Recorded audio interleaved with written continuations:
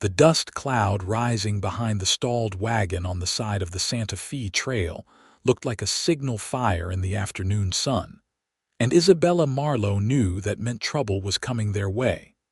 Clara Owens pulled back hard on the reins of the wagon, though the horses had already stopped moving. The right rear wheel had cracked clean through, splintering wood scattered across the hard, packed earth. She climbed down carefully, her traveling dress catching on the rough wooden seat, and walked around to assess the damage while her mother remained seated up front. "How bad is it?" Margaret Owens called out, her voice thin and worried.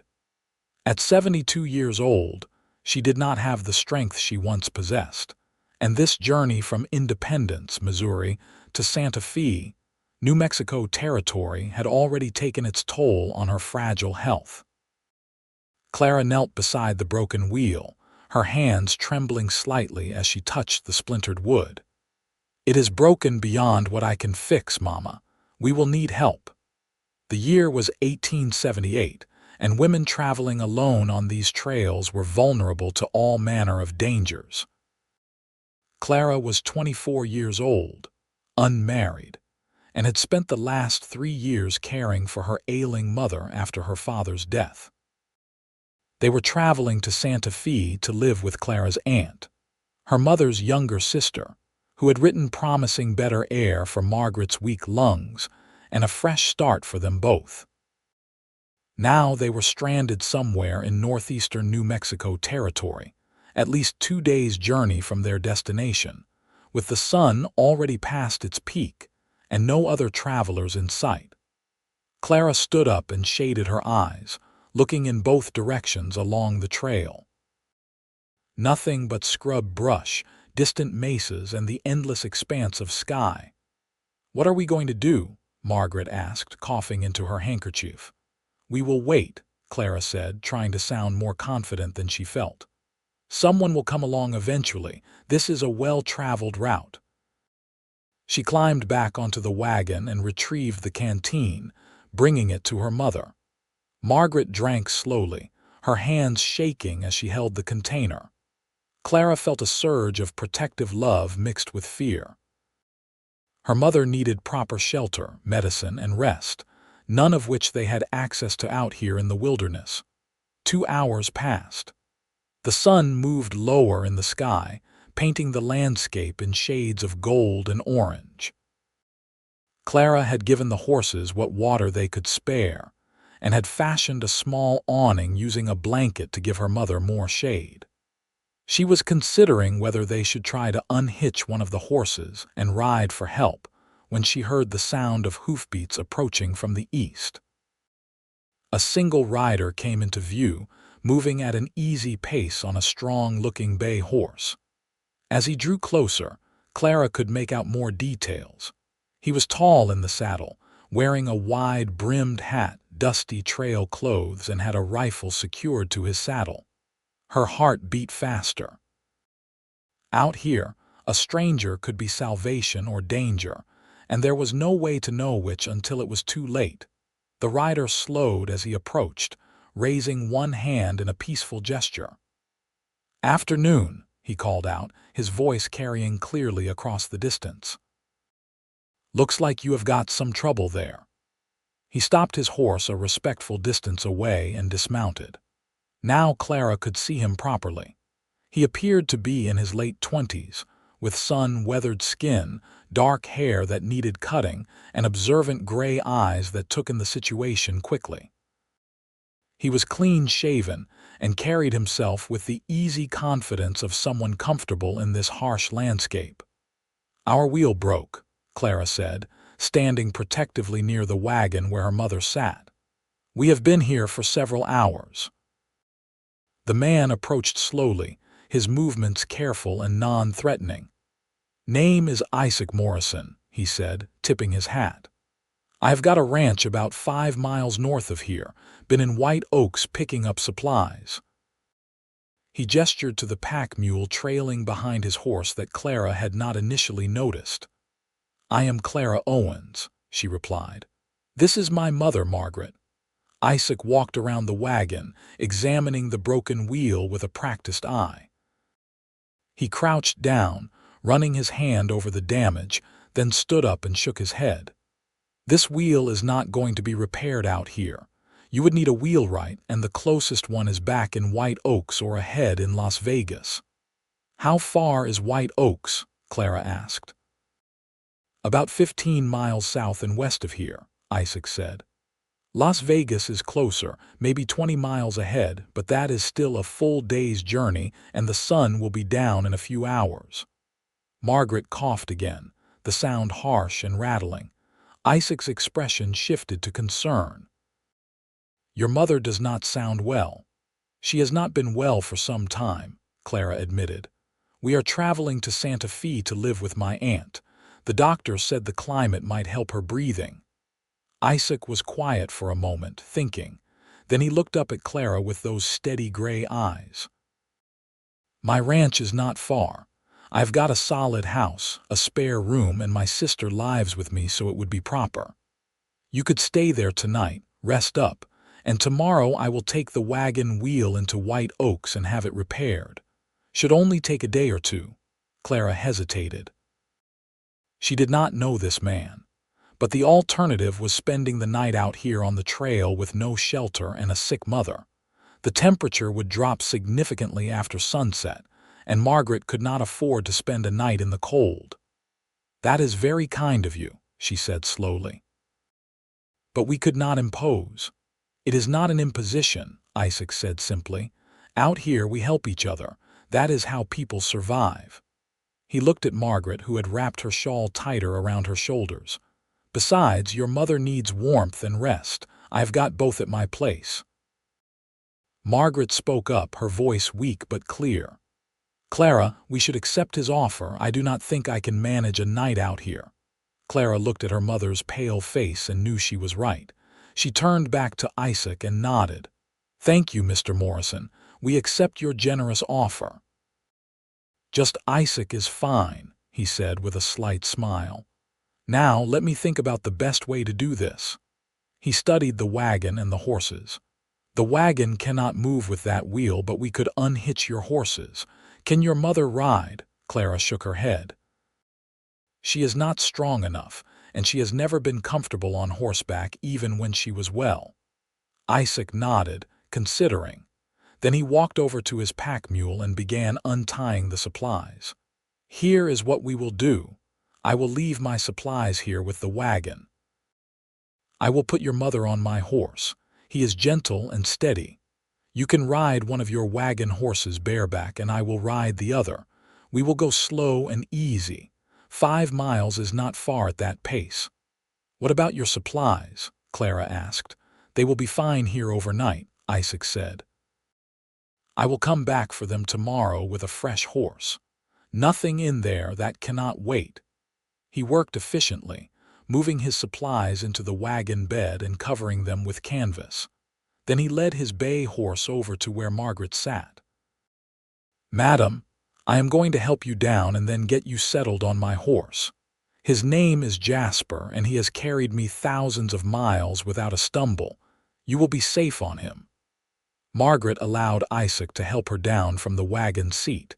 He was gentle but strong, supporting her weight easily. Clara noticed how careful he was, how he made sure her mother was steady before he moved her toward the horse. He had clearly handled fragile things before, despite his rough exterior. Getting Margaret onto the horse took some time and patience, but finally she was settled in the saddle, both legs on one side in a lady's position, clutching the saddle horn with both hands. Isaac adjusted the stirrups and made sure she was secure. I am going to lead Jasper the whole way, he told her. You just hold on and try to relax. If you feel unsteady at any point, you tell me right away. Thank you, young man, Margaret said, and Clara heard genuine gratitude in her mother's voice. Isaac helped Clara onto one of the wagon horses, giving her a leg up. She arranged her skirts as modestly as possible and took hold of the horse's mane, having no reins or saddle to work with. Isaac mounted the other wagon horse with easy grace, taking Jasper's lead rope in one hand. "Ready?" he asked, looking at both women. Clara nodded, and they set off slowly across the scrubland, leaving the trail and heading northwest. The pace was gentle, little more than a walk, and Isaac kept glancing back to make sure both women were managing. The landscape rolled by gradually, all sage and scattered juniper trees, with the mountains visible in the distance. "How long have you had your ranch?" Clara asked after they had been riding for a while. The silence felt awkward, and she wanted to know more about this stranger who was helping them. "About 6 years now," Isaac said. "I came out here after the war ended, worked as a cowhand for a few years, saved my money and bought the land. Started with just a small herd, but I have built it up over time. Got about 200 head of cattle now, some good grazing land and a decent water source." "You mentioned a sister, Isabella," Isaac said, and there was warmth in his voice. "She is 3 years younger than me. She came out here 2 years ago after our parents died back in Ohio. She helps run the place, keeps the house, tends the garden. She is better with the chickens than I ever was." Clara found herself relaxing slightly. The mention of a sister made the situation feel more proper, less potentially dangerous. "I am sorry about your parents. Thank you. It was hard, but Isabella and I have always looked out for each other. That is what family does." They rode on as the sun continued its descent toward the horizon. Margaret remained quiet, conserving her energy, and Clara stayed alert, still not entirely sure they had made the right decision. But Isaac seemed genuine in his offer of help, and what choice did they really have? After what felt like both an eternity and no time at all, buildings appeared in the distance. Isaac's ranch was more substantial than Clara had expected. There was a well-built house constructed of adobe and wood, a large barn, several outbuildings and corrals containing horses and cattle. Smoke rose from the chimney of the main house, and Clara could see cultivated land near the buildings, green with growing things. As they approached, a woman emerged from the house, shading her eyes against the low sun. She was dressed practically in a simple cotton dress with an apron, her dark hair pulled back in a braid. When she recognized her brother, her expression shifted from caution to curiosity. "Isaac," she called out, "I was not expecting you back with company." "Came across these ladies stranded on the trail," Isaac said, bringing the small procession to a stop in front of the house. "Their wagon wheel broke. This is Clara Owens and her mother Margaret. They need a place to stay while I get their wheel repaired." Isabella's face immediately softened with concern. She hurried over to where Margaret sat on Jasper, taking in the older woman's pale, exhausted appearance. "You poor thing. Let us get you inside and comfortable right away." She looked up at Isaac. "Help her down carefully." Between Isaac and Isabella, they got Margaret down from the horse and into the house. Clara slid off her horse and followed quickly, grateful to be on solid ground again. Her legs were shaky and her back ached from the awkward riding position. The interior of the house was simple but clean and well maintained. There was a main room with a stone fireplace, a kitchen area, and doors leading to what Clara assumed were bedrooms. The furniture was handmade but sturdy, and there were touches that spoke of a woman's care. Curtains on the windows, a rug on the floor, wildflowers in a jar on the table. Isabella guided Margaret to a chair near the fireplace and immediately began stoking the fire to chase away the evening chill that was already creeping into the air. "I will make some tea," she said, "and we have stew from dinner. You both must be hungry." "You are very kind," Margaret said, and then was seized by another coughing fit. Clara knelt beside her mother, rubbing her back until the coughing subsided. When she looked up, she found Isaac watching them with an expression of genuine concern. He caught her eye and gave her a small, reassuring nod, then headed back outside to tend to the horses. Isabella brought water first, then set about warming food and making tea. She moved efficiently around the kitchen, and Clara noticed how comfortable she seemed in this remote place. "How long have you been traveling?" Isabella asked. 3 weeks, Clara said. "We left Independence at the beginning of September. We have been making slow progress because of my mother's health." "It is a hard journey even for the healthy," Isabella said. She brought over 2 bowls of hearty beef stew and fresh bread. "Please eat. You will feel better with something warm inside you." The food was delicious, and Clara realized just how hungry she was. Margaret managed half a bowl and some bread, which was more than Clara had seen her eat in days. The warmth of the house and the food seemed to revive her mother somewhat. Isaac returned after caring for the horses. He had washed up outside, and his hair was damp. "I will ride back to the wagon at first light," he told Clara. "Collect my supplies and then head into White Oaks with your wheel. There is a good wheelwright there named Tom Sanders. He can have it fixed by tomorrow evening and I can bring it back the next morning." "We have money," Clara said quickly. "We can pay for the repair and for your trouble." "We will talk about that later," Isaac said. "Right now, you both need rest." He looked at Isabella. "Can you set them up in the spare room?" "Already planning on it," Isabella said. "The bed is big enough for both of them, and I will get extra blankets." Clara felt tears prick her eyes at this overwhelming kindness from complete strangers. "I do not know how to thank you both." "You already did," Isabella said warmly. "Now come on, let me show you where you will sleep." The spare room was small but comfortable, with a real bed, a washstand, and pegs on the wall for hanging clothes. Isabella brought extra blankets, a pitcher of fresh water, and a clean chamber pot. "If you need anything during the night, just call out. My room is right next door and Isaac sleeps in the loft." Once Isabella left, Clara helped her mother change into her nightgown and get into bed. Margaret sank into the mattress with a sigh of relief. "That young man is a blessing," she murmured. "And his sister, too."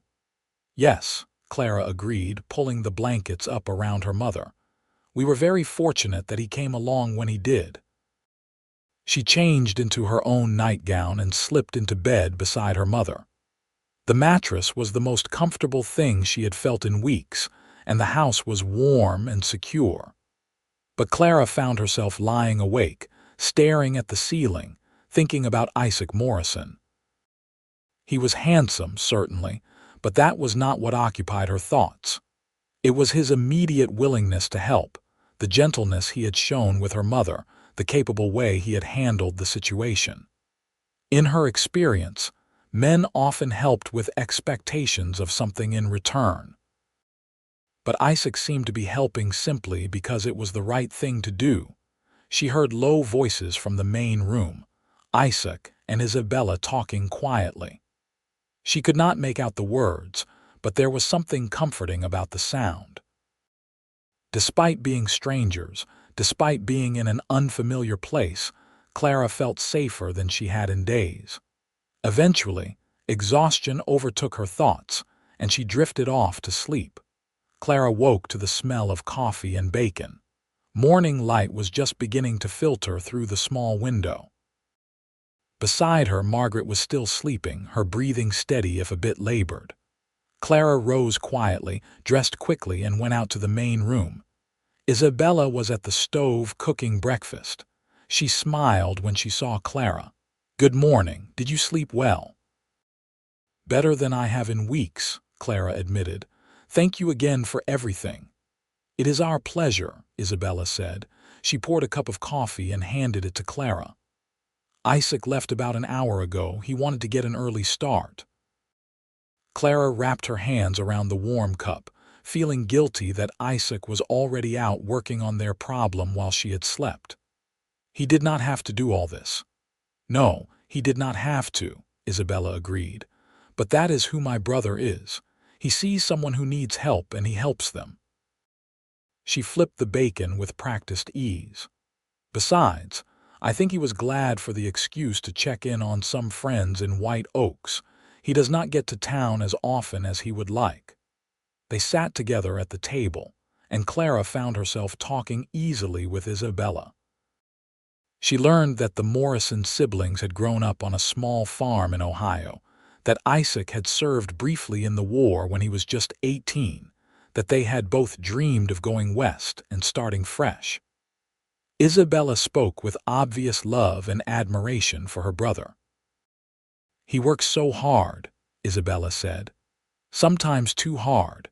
He is always thinking about the ranch, about building it up into something bigger, but he is also the most generous person I know. Last winter, when the Johnsons lost half their herd in a blizzard, Isaac gave them 2 of our bulls and a dozen heifers to help them rebuild. Did not ask for anything in return." Clara listened, forming a picture of Isaac Morrison that went beyond the capable cowboy who had found them on the trail. He sounded like a good man, the kind of man her father had been. It made her trust him more, but it also made her aware of something else, a small flutter of interest that she tried to push away. They were just passing through. Isaac was helping them out of kindness, nothing more. Margaret emerged from the bedroom around mid-morning, looking more rested than she had in days. Isabella immediately set about making her comfortable and feeding her. The 3 women spent the day together, and Clara found herself enjoying Isabella's company. They talked about everything from recipes to the challenges of life on the frontier. Isabella showed Clara her garden, her chickens, and explained how she had learned to make soap, cure meat, and do all the things necessary for survival out here. "It was hard at first," Isabella admitted as they collected eggs from the chicken coop. "I grew up on a farm, but this is different. Everything is bigger, harsher. The summer heat can kill and the winter cold can be deadly, but I have learned to love it. There is a freedom here that I never felt back east. I can be myself, work hard, and see the direct results of my efforts." Clara understood that feeling. Despite the hardship of their journey, despite her worry for her mother, she had felt something similar. The vast openness of the West, the endless sky, the sense that anything was possible if you were brave enough and strong enough. It called to something deep inside her. That evening, as the sun began to set, they heard a horse approaching. Isabella went to the door and looked out. "It is Isaac," she called back, "and he has got your wagon wheel with him." Clara's heart jumped, though she told herself it was just relief about the wagon. She and Isabella went outside to meet him. Isaac looked tired, dusty from the trail, but he was smiling as he dismounted. "Got it all fixed up," he announced, untying the repaired wheel from behind his saddle. "Tom did a good job. Reinforced it with some metal bands too, so it should be stronger than before. He said it should hold you all the way to Santa Fe and beyond." "How much do we owe you?" Clara asked. "For the repair and for your trouble." Isaac waved his hand dismissively. "Tom owed me a favor, so the repair did not cost much. $5 should cover it and the materials." Clara knew he was probably undercharging them, but she also knew better than to argue with a man's pride. She went inside to get the money from her travel bag and returned to press the coins into his hand. "Thank you, Isaac. Truly." Their fingers touched briefly during the exchange, and Clara felt that flutter again, stronger this time. She pulled her hand back quickly, hoping he had not noticed her reaction. If he had, he gave no sign of it. "I will ride back out to your wagon at first light tomorrow," Isaac said. "Get the wheel on and make sure everything is secure. If we start early, I can have you back on the trail by noon." Clara nodded, but she felt an unexpected pang at the thought of leaving. They had only been here one full day, but this place and these people had already started to feel like refuge, like something close to home. That night at dinner, Margaret seemed more animated than she had been in weeks. The rest had done her good. and Isabella's cooking had helped restore some of her strength. She told stories about Clara's father, about their life back in Missouri, and both Isaac and Isabella listened with genuine interest. "Your daughter has been a blessing to me," Margaret said, reaching over to pat Clara's hand. "After her father died, she could have married and started her own life. Heaven knows she had offers, but she stayed to care for me." Clara felt her cheeks warm. "You are my mother, where else would I be?" Isaac caught her eye across the table, and there was something in his gaze that made her breath catch. Respect, admiration, and perhaps something more. He looked away first, turning his attention back to his food. After dinner, Margaret retired early, exhausted from the day's activities. Isabella began cleaning up and Clara rose to help her. Isaac stood up too. "I am going to check on the stock one more time before bed," he said. "Clara, would you like to see the ranch before you leave tomorrow? It is a nice evening for a walk." Clara glanced at Isabella, who smiled knowingly and made a shooing gesture. "Go on. I can handle the dishes. You will probably not get another chance to stretch your legs before you are back on that wagon." Clara found her shawl and followed Isaac outside.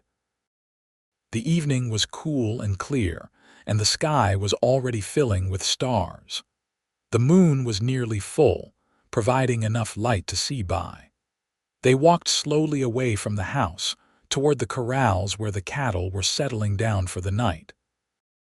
"You have built something impressive here," Clara said, looking around at the ranch. "Isabella told me you started with very little."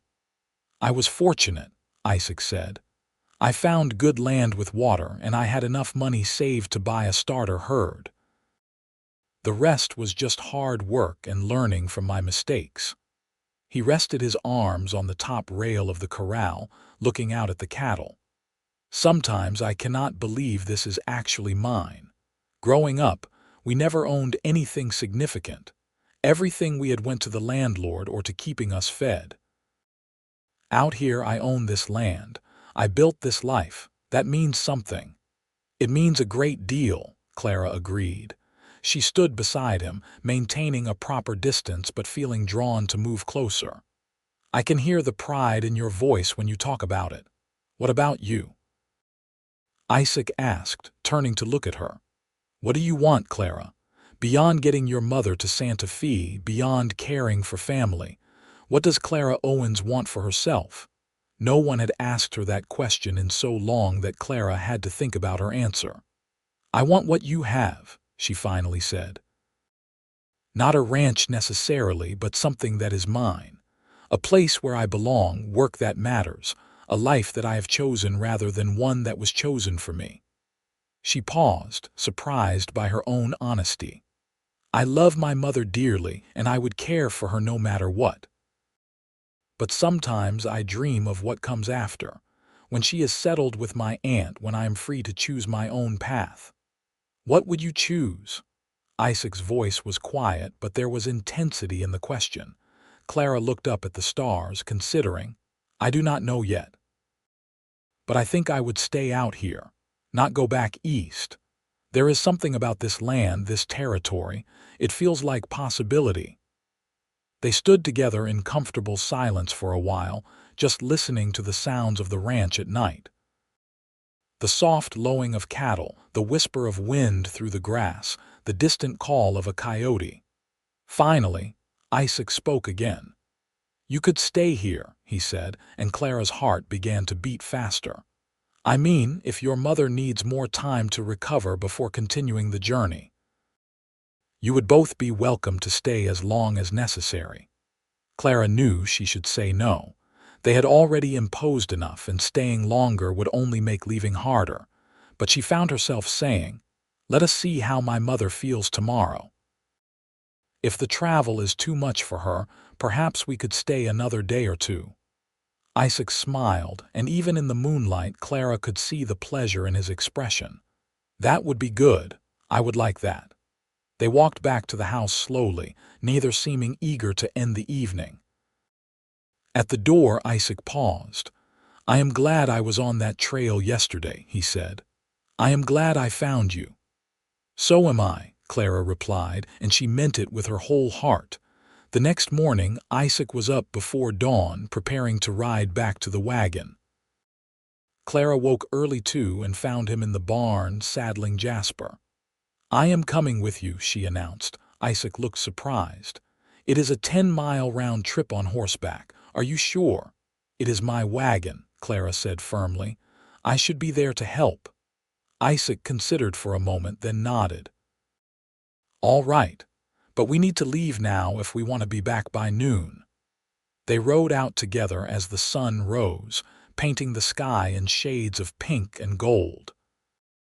Clara rode one of Isaac's horses, a gentle mare named Daisy, and found that with a proper saddle, she was more comfortable than she had been riding bareback. Isaac set an easy pace, and they talked as they rode, conversation flowing naturally between them. He told her more about his life, about the challenges of ranching, about his hopes to expand his herd and eventually add more land. She told him about growing up in Missouri, about her father who had been a teacher, about the books she loved to read. They discovered shared interests, a love of music, though neither played an instrument well, an appreciation for the natural world, a belief in hard work and treating people fairly. When they reached the wagon, they found it undisturbed, Isaac's supplies still safe under the canvas. Working together, they managed to get the wagon jacked up and the new wheel fitted onto the axle. It was hard, physical work, and by the time they finished, both of them were sweaty and tired. But the wheel was on securely, and when Isaac tested it, it rolled smoothly. "That should do it," he said with satisfaction. Ready to head back, they made the return journey with Clara driving the wagon and Isaac riding alongside. She handled the team well, having learned to drive from her father years ago. Isaac watched her with approval. "You are good with horses," he observed. "My father taught me," Clara said. "He believed women should know how to do everything men did. It made some people in town uncomfortable, but he did not care." "He sounds like he was a wise man." "He was," Clara said softly. "I miss him every day." When they arrived back at the ranch, they found Margaret sitting outside in a chair Isabella had brought out for her, enjoying the sunshine. She looked better, but Clara could see the journey had still taken a toll on her. Margaret was putting on a brave face, but her hands trembled, and she seemed frailer than she had just that morning. Isabella came out of the house and pulled Clara aside while Isaac unhitched the wagon horses. "Your mother had a difficult morning," Isabella said quietly. "More coughing, and she seemed short of breath. I think the altitude might be affecting her. We are higher up here than on the main trail." Clara felt worry clench in her stomach. "Do you think she can continue traveling?"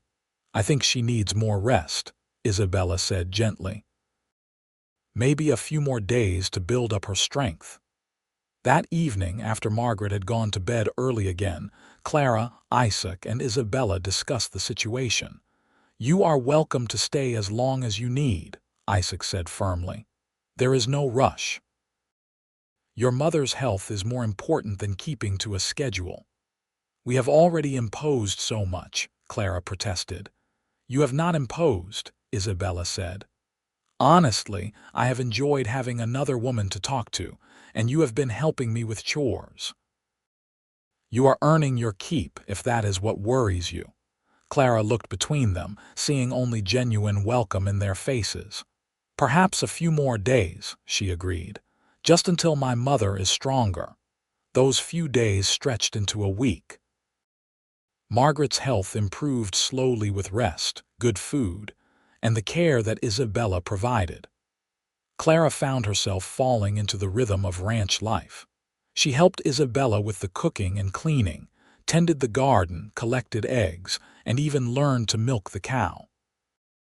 In the afternoons, when the day's chores were done and her mother was napping, Isaac would show her different aspects of the ranch. He taught her about cattle, explaining how to judge their health by their appearance and behavior. He showed her how to repair tack, how to mend fences, how to read the weather in the clouds and the wind. Clara absorbed it all eagerly, discovering a passion for this life that surprised her. She had always thought of herself as someone suited for town life, for books and music and civilized pursuits. But there was something deeply satisfying about working with her hands, about seeing the direct results of her efforts. One afternoon, about 10 days into their stay, Isaac took Clara riding out to the far edge of his property. They stopped on a rise that overlooked the ranch and the surrounding valley. The view was breathtaking, miles of open land stretching to the mountains. "This is my favorite spot," Isaac said. "When things get hard, when I am tired or discouraged, I come up here. It reminds me why I am doing all this." "It is beautiful," Clara said, and then, because the moment felt right for honesty, she added, "I do not want to leave." Isaac turned to look at her, his gray eyes intense. "Then do not." "It is not that simple," Clara said. "My mother is expecting to go to Santa Fe. My aunt is expecting us." "Is that what you want, to go live with your aunt, to spend your days caring for your mother in someone else's house?" Clara felt tears prick her eyes. "What I want does not matter. I have responsibilities." "What if there was another way?" Isaac asked. He dismounted and came over to stand beside her horse, looking up at her. "What if you could fulfill your responsibilities and still have the life you want?" "I do not understand," Clara said, though her heart was beginning to race because she thought maybe she did understand.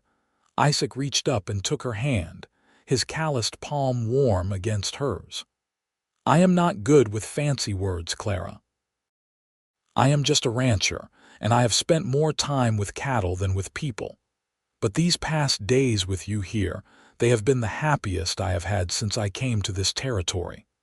When I wake up in the morning, I look forward to seeing you. When I am out working, I find myself thinking about you. And when you eventually leave, this house is going to feel empty in a way it never has before." Clara could barely breathe.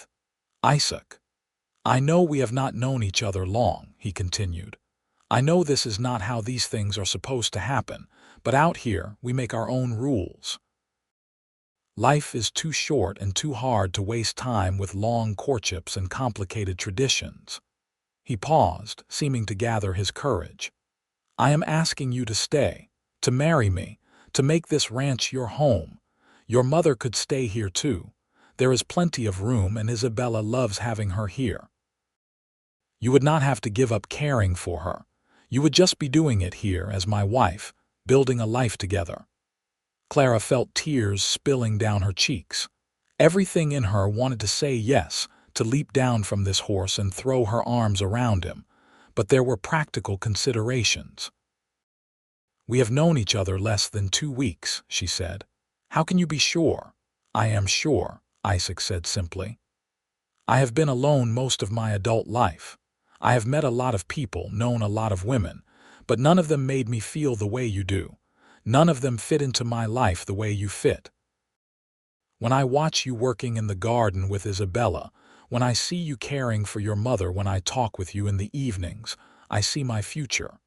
I see the life I want, and I see you in it." "I feel the same way," Clara admitted. "I have been fighting it because it seemed impossible.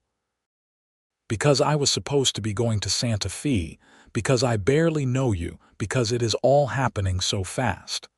But when I think about leaving here, about leaving you, my heart breaks. I feel more alive here than I have felt in years. And when I am with you, I feel like I am becoming the person I was always meant to be."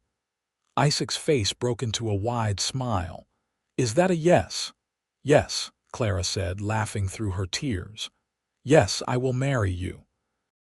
He reached up and helped her down from the horse, and as soon as her feet touched the ground, he pulled her into his arms. They stood there on the hillside, holding each other, while the horses grazed nearby and the wind whispered through the grass. Then Isaac cupped her face in his hands and kissed her, gentle at first, then deeper as she responded. It was Clara's first real kiss, and it felt like coming home. When they finally pulled apart, both breathing hard, Isaac rested his forehead against hers. "I am going to do everything I can to make you happy," he promised. "I am going to build you the best life I can." "You already have," Clara said, "just by being who you are."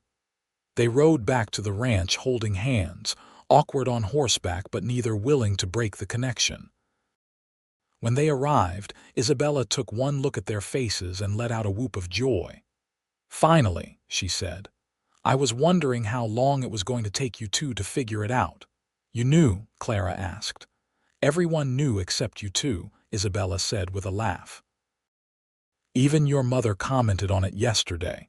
She said she had not seen you smile like that since before your father died." That evening, they told Margaret officially. The older woman looked at Isaac seriously. "You will take good care of my daughter, with my life," Isaac promised. Margaret nodded, satisfied. "Then you have my blessing. Clara deserves happiness, and I can see she has found it with you." She turned to Clara. "Your father would have approved. He always said you needed a man who would not try to dim your light, who would let you be fully yourself. I think Isaac is that man." They were married 2 weeks later in White Oaks. The town had a small church, and the circuit preacher happened to be making his rounds. Isabella stood up with Clara, and a rancher friend of Isaac's named Daniel stood up with him. Margaret sat in the front pew, smiling despite her weakness. The ceremony was simple but heartfelt, and when Isaac slipped a gold band onto Clara's finger, a ring that had belonged to his grandmother, Clara felt a sense of rightness settle over her. After the ceremony, several of Isaac's rancher friends and their families gathered for a celebration at the White Oaks Saloon, which had been cleaned up for the occasion. There was food, music, dancing, and laughter. Clara met the community that would be her neighbors, and they welcomed her warmly. She danced with Isaac, his arm strong around her waist, and realized this was real. She was married.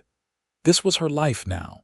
That night, back at the ranch, her ranch now, Isaac carried her over the threshold of what had been his bedroom and was now theirs. Isabella had moved all of Clara's belongings in earlier, and had even put fresh flowers in a vase on the dresser. Margaret was settled in the spare room, and Isabella had promised to look after her so the newlyweds could have privacy. Isaac set Clara down gently and then just stood there, looking at her with such love that she felt tears spring to her eyes again. "I cannot believe you are really mine," he said. "I cannot believe you are mine," Clara replied. She reached up and touched his face, tracing the line of his jaw. "I love you, Isaac Morrison." "I love you too, Clara Morrison," he said, and then he kissed her again. Their wedding night was tender and sweet. Isaac was gentle, patient, making sure she was comfortable every step of the way.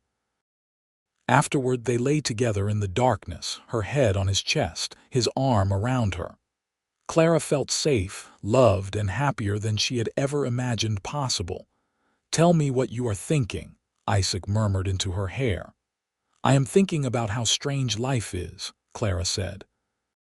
3 weeks ago, I was on a broken-down wagon in the middle of nowhere, terrified and uncertain. And now I am here, married to a wonderful man with a home and a future.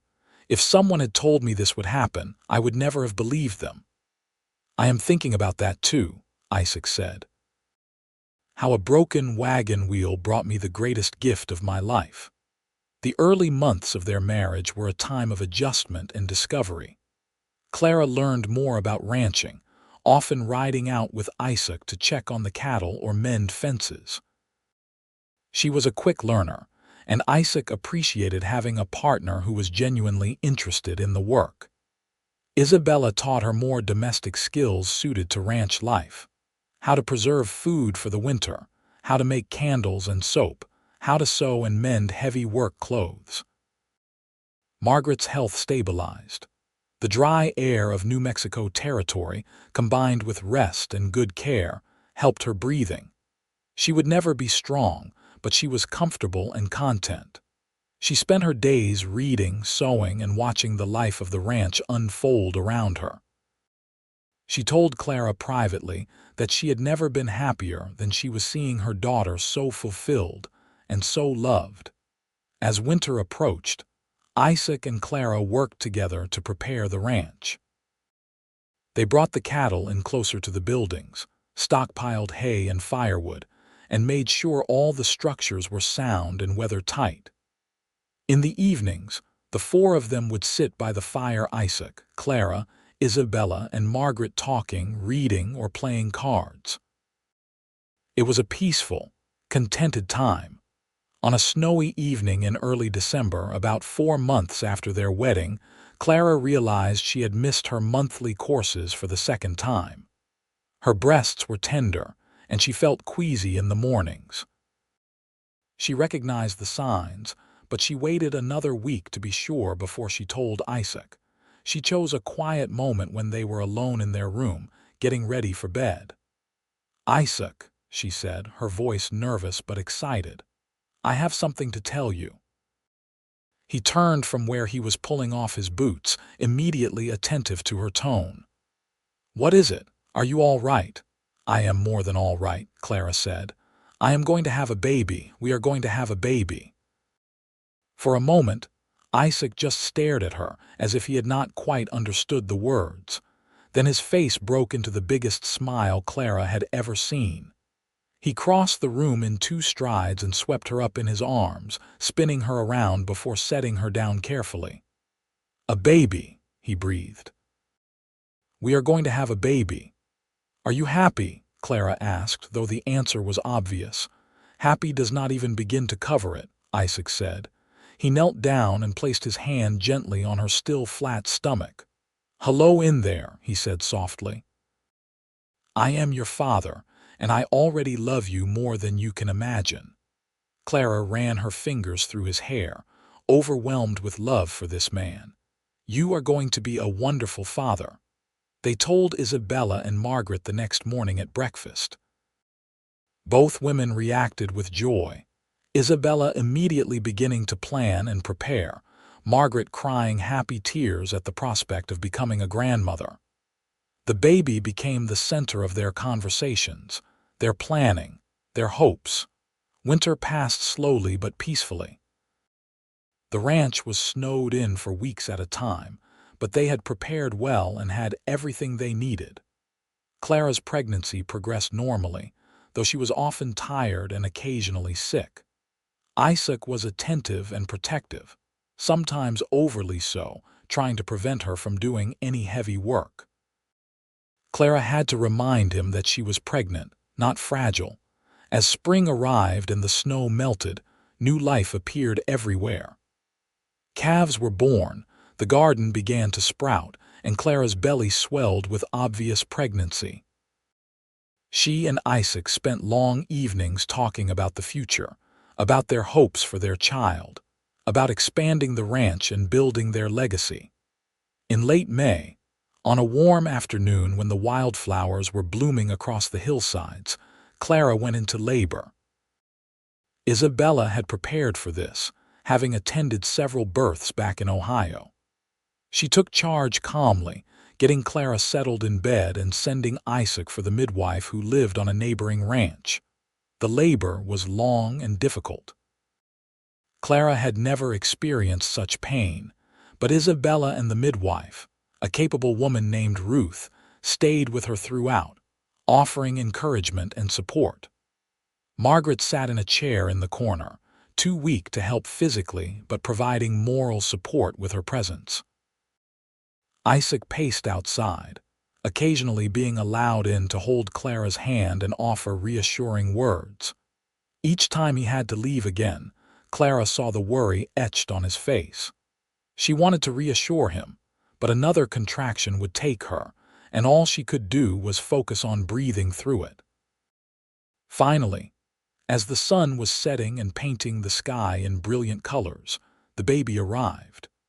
A boy, healthy and loud, with a full head of dark hair and eyes that would eventually turn gray like his father's. Ruth cleaned him up and placed him in Clara's arms, and Clara felt a rush of love so powerful it nearly stopped her heart. Isaac was brought in, and when he saw his son for the first time, he wept openly. He sat carefully on the edge of the bed, putting his arm around Clara and looking down at the baby in wonder. "He is perfect," Isaac whispered. "He is absolutely perfect." "What should we name him?" Clara asked. They had discussed names but never settled on anything definite. Isaac thought for a moment. "What about James, after your father?" Clara felt tears spring to her eyes. "James Morrison. It is perfect." She looked over at her mother, who was crying softly in her chair. Papa would have been so proud.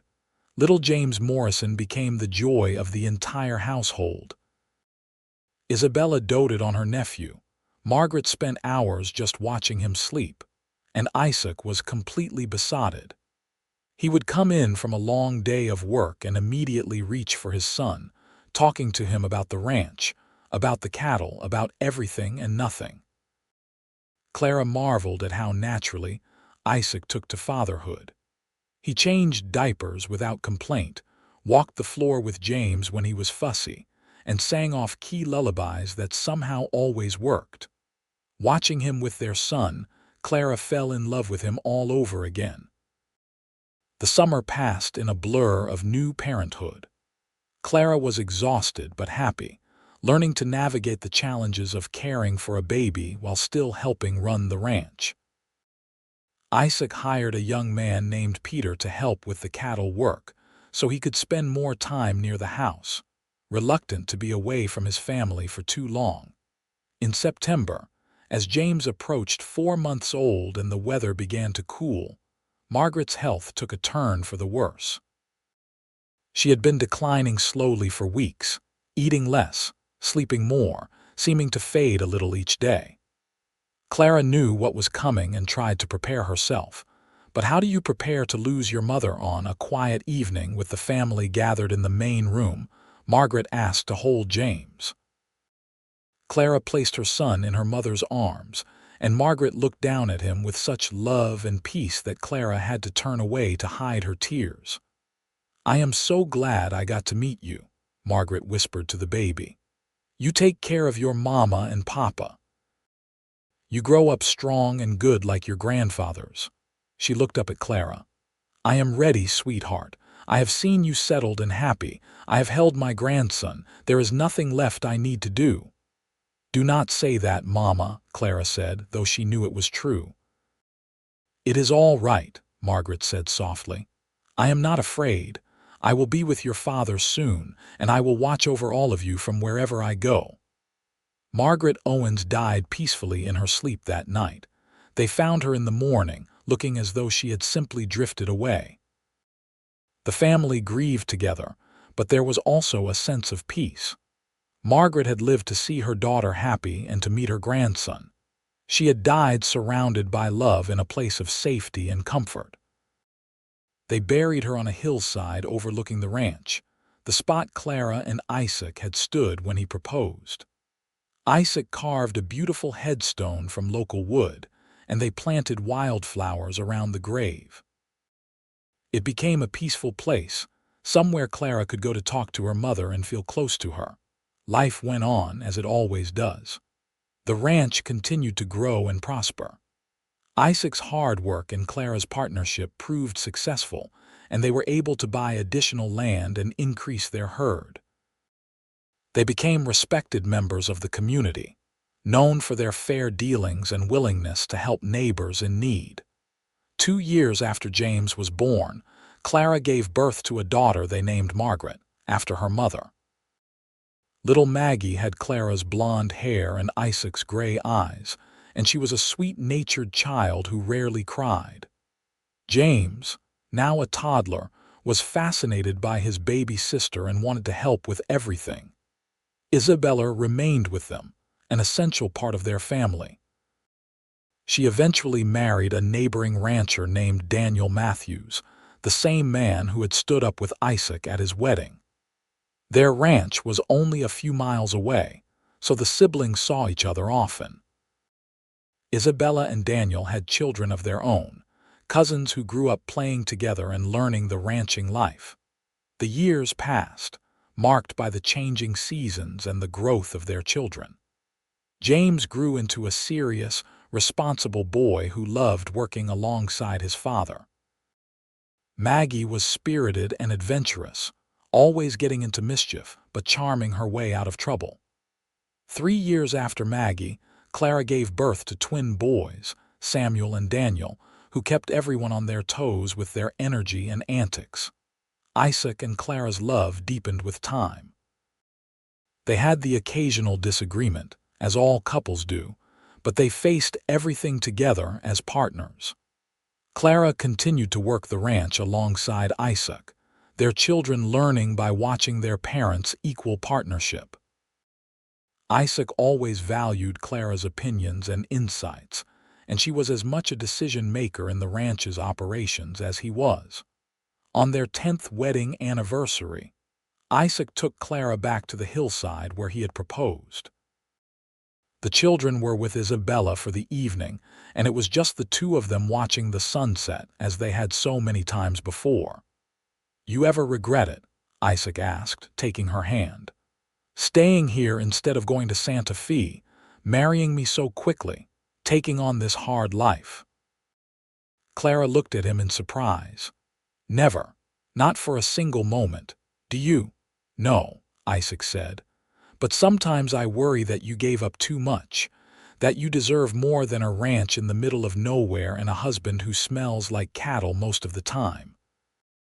Clara laughed and leaned her head on his shoulder. "You are ridiculous. This life we have built together, this family, this ranch, it is everything I never knew I wanted. That day your wagon wheel broke was the luckiest day of my life."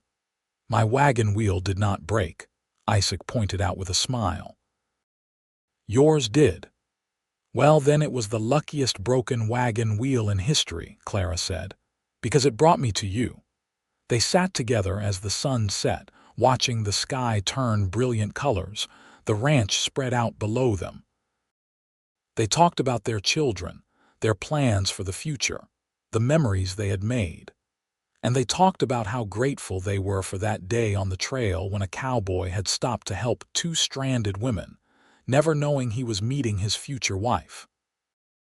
The years continued to pass, bringing both joys and sorrows as all lives do. They weathered droughts and harsh winters, celebrated births and mourned deaths. James grew up to take over more of the ranch operations, eventually marrying and building a house on the far edge of the property for his own growing family. Maggie married a lawyer from White Oaks and moved to town, but visited often with her children. The twins went into business together, starting a freight company that served the territory. Isaac's hair turned gray, and Clara's face gained lines from years of sun and laughter. But they remained as devoted to each other as they had been on their wedding day. They still took evening walks together when weather permitted, still talked for hours by the fire, still reached for each other in the night. On their 30th wedding anniversary, surrounded by children, grandchildren, and friends, they renewed their vows in the same small church in White Oaks where they had married. James, now a grown man with children of his own, gave a toast. "My parents taught me that love is not just a feeling but a choice you make every day. They chose each other when reason said it was too fast, too impractical, and they have chosen each other every day since. That is what I hope to have with my wife. That is the legacy they are leaving all of us." As Clara stood beside Isaac, his hand in hers, she thought back to that day on the trail.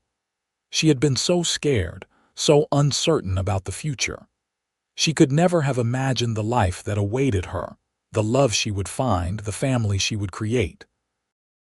All because a cowboy had stopped to help, had looked at two stranded women and said there was room for both of them. And there had been room. Room in his home, room in his life, room in his heart. Room enough for everything they would build together.